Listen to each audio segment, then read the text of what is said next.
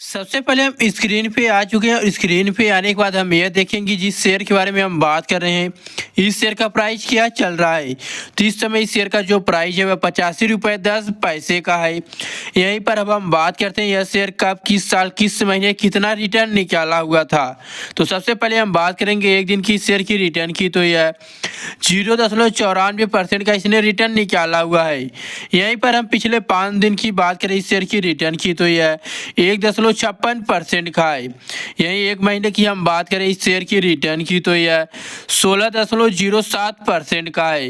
यहीं 6 महीने की बात करें इस शेयर की रिटर्न की तो यह 2.80% का है। और एक साल की बात करें इस शेयर की रिटर्न की तो यह 2.14% का इस शेयर का रिटर्न है। यहीं पर हम बात करते हैं 5 साल की इस शेयर की रिटर्न की तो यह 901.18% का इस शेयर ने रिटर्न निकाला हुआ है पिछले 5 साल में। यह जो शेयर है यह किस सेक्टर में बढ़कर काम करता है। तो आपको हम बता दें जो यह शेयर है यह बिजली केबल बनाने का काम करता है। इसके साथ ही यह दूरसंचार के केबल की सेक्टर में भी काम करता है जैसा कि यहाँ पर आप देख सकते हैं। और रेलवे केबल के रूप में भी काम करता है बनाने के साथ। और विशेष प्रकार की केबल बनाता है जिसमें यह तारों के साथ केबलों का भी निर्माण करने में यह कंपनी लगी हुई है। यह पावर की सेक्टर में जैसा कि काम करता है जिसमें एचडी पावर केबल का यह निर्माण करता है। कंट्रोल केबल का भी यह निर्माण करता है। दूरसंचार की बात करें तो यह ऑप्टिकल फाइबर केबल का निर्माण करता है। इसके साथ ही यह रेलवे पे जो केबलें बिछाई जाती हैं तारें बिछाई जाती हैं लाइन के माध्यम से जो ट्रेनें चलती हैं उसका भी यह काम करता है उसे बनाता है। और विशेष प्रकार की केबल भी बनाता है। यह ईपीसी सेवा भी देता है जो दूरसंचार परामर्श और ईपीसी पावर के लिए प्रयोग किया जाता है। इसके साथ ही हम आपको यह भी बता दें जो इस शेयर के ग्राहक है वह कौन कौन से हैं। तो यहाँ पर आप देख सकते हैं इस शेयर के जो ग्राहक में आते हैं वह कंपनी के पास कई सेक्टर के लोग जुड़े हुए हैं जिसमें रेलवे की भी शामिल है, भारतीय रेलवे, बीएसएनएल शामिल है, रेलटेल शामिल है, टाटा प्रोडक्ट्स भी लिमिटेड शामिल है, अडानी का भी शेयर इसमें शामिल है, अडानी पावर भी शामिल है। ऐसे बहुत से सेक्टर हैं जिसमें यह काम करती है, इनके मुख्य ग्राहक हैं। इसके बाद हम बात करते हैं इस कंपनी राजस्व की, यानी ये कंपनी किस सेक्टर में कितना बढ़कर अपनी कमाई करती है। तो सबसे पहले यहाँ पर आप देख सकते हैं हम बात करें राजस्व में इसकी तो यह पावर केबल के जरिए 37% का अपना कारोबार करती है। रेलवे केबल के जरिए यह शेयर जो है 11% का कारोबार करती है। यही दूरसंचार के माध्यम से जो इसकी कमाई होती है केबल से वह 6.3% का है। घरेलू तार जो यह बनाती है उससे जो इसकी कमाई होती है वह 6.7% का है।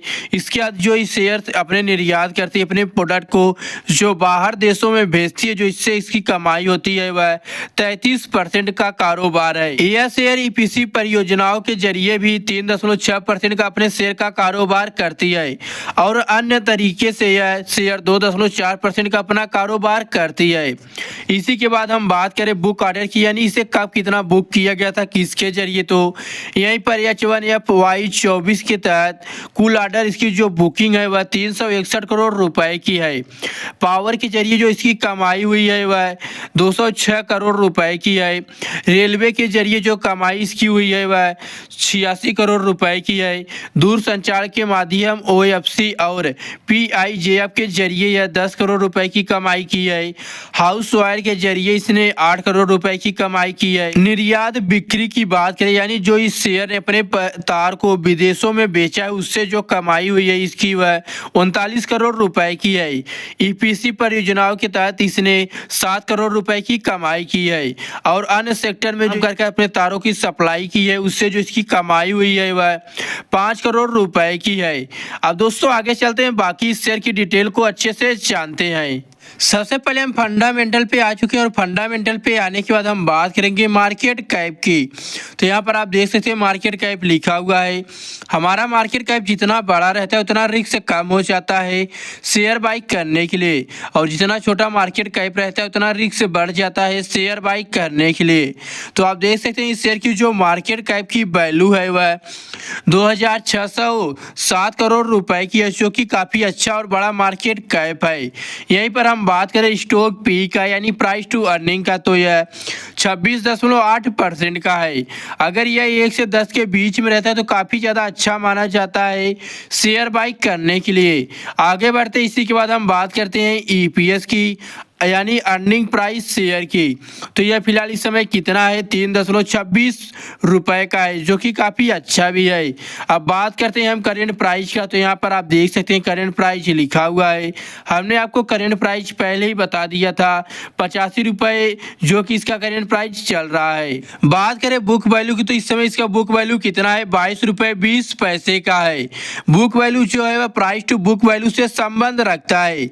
अगर प्राइस टू बुक वैल्यू ज़्यादा रहेगी तो बुक वैल्यू कम रहेगा, और बुक वैल्यू ज़्यादा रहेगी तो प्राइस टू बुक वैल्यू कम हो जाता है। तो फिलहाल इसका प्राइस टू बुक वैल्यू कितना है 3.84% है। अगर प्राइस टू बुक वैल्यू 1 से 2 के बीच में रहता है तो काफ़ी अच्छा माना जाता है शेयर बाई करने के लिए। अगर बुक वैल्यू बढ़ेगी तो प्राइस टू बुक वैल्यू अपने आप कम हो जाती है। अब इसी के बाद हम बात करते हैं ROE यानी रिटर्न ऑन इक्विटी की, कि यह शेयर अपने शेयर से कितने परसेंट का रिटर्न यानी कमाई कर पा रहा है। तो यह 18.4% की कमाई कर पा रहा है। अगर यह 10 या 20 के ऊपर रहता है तो काफ़ी अच्छा भी माना जाता है शेयर बाई करने के लिए। फिलहाल यह 18.4% का है।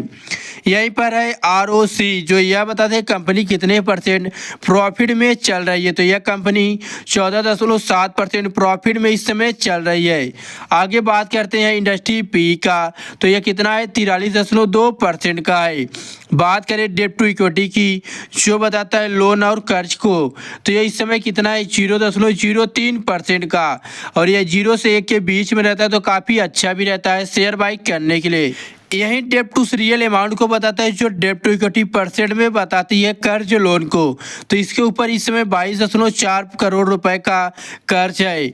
आगे बढ़ते हैं हम बात करते हैं फेस वैल्यू की, जो कंपनियां ज़्यादातर 5-10 रखती है, इसने 2 रुपये रखा हुआ है।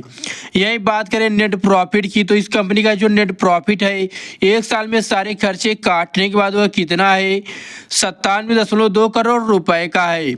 यहीं पर सेल्स लास्ट ईयर है, यानी इसने अपने 1 साल में प्रोडक्ट कितना सेल किया है, तो इसने 1068 करोड़ रुपए का अपने प्रोडक्ट का सेल किया है तारों का। यहीं पर इसकी ग्रोथ कितनी हुई है सेल करने में पिछले 7 सालों में, तो ये 19.1% का ग्रोथ हुआ है। यहीं EPS ग्रोथ 5 ईयर्स की बात करें, यानी इसकी अर्निंग में पिछले 5 साल में कितना ग्रोथ हुआ है, तो 10.5% का ग्रोथ हुआ है। शेयर होल्डिंग पैटर्न की हम बात करें, तो शेयर होल्डिंग पैटर्न में सबसे पहले बात करेंगे प्रमोटर्स की। तो यहाँ पर आप देख सकते हैं दिसंबर 2021 में जिसके प्रमोटर्स से वह 62.12% से, लेकिन जब सितंबर 2024 आया तब यह 49.06% हो गए थे। इसके अलावा यहाँ पर आप देख सकते हैं FLS लिखा हुआ है, यह कितने थे दिसंबर 2021 में 00% थे, लेकिन जब सितंबर 2024 आया तब यह 2.21% हो गए थे। इसके अलावा यहाँ पर आप देख सकते हैं DLS लिखा हुआ है, दिसंबर 2021 में यह कितना था 00% था, लेकिन जब सितंबर 2024 आया तब यह 00% था, लेकिन सितंबर 2023 में यह 21% था 0. इसके अलावा यहाँ पर पब्लिक लिखा हुआ है, इसके शेयर पर कितने थे रिटेलर पब्लिक दिसंबर 2021 में यह 37.88% से, लेकिन जब सितंबर 2024 आया तब यह 48.72% हो गए थे। इसके अलावा यहाँ पर आप देखते हैं नंबर ऑफ शेयर होल्डर्स लिखा हुआ है, यानी किस साल किस महीने कितने लोगों ने इस शेयर को बाई किया और लॉन्ग टाइम के लिए होल्ड कर रख दिया था। तो दिसंबर 2021 में जो इसकी संख्या थी वह 42,106 थी, लेकिन जब सितंबर 2024 आया तब यह 1,40,320 हो गई थी। यानी दोस्तों जो इसके शेयर होल्डर्स हैं काफ़ी तेजी से बढ़ रहे हैं और इस शेयर को बाई कर लॉन्ग टाइम के लिए होल्ड कर रखना शुरू कर दिया है। अगर दोस्तों आपने इस वीडियो में कुछ नया अलग जाना हो तो इस वीडियो को अभी तक लाइक नहीं किए तो वीडियो को भी लाइक कर दे, और चैनल को सब्सक्राइब नहीं किए हैं तो अभी तक चैनल को भी सब्सक्राइब कर ले, ऐसे ही शेयर मार्केट से जुड़ी और शेयर के बारे में जानकारियाँ पाने के लिए। हम मिलते हैं एक नए वीडियो में एक नई शेयर मार्केट से एक नई जानकारियों के साथ। तब तक के लिए हमें दीजिए इजाज़त। जय हिंद, वंदे मातरम।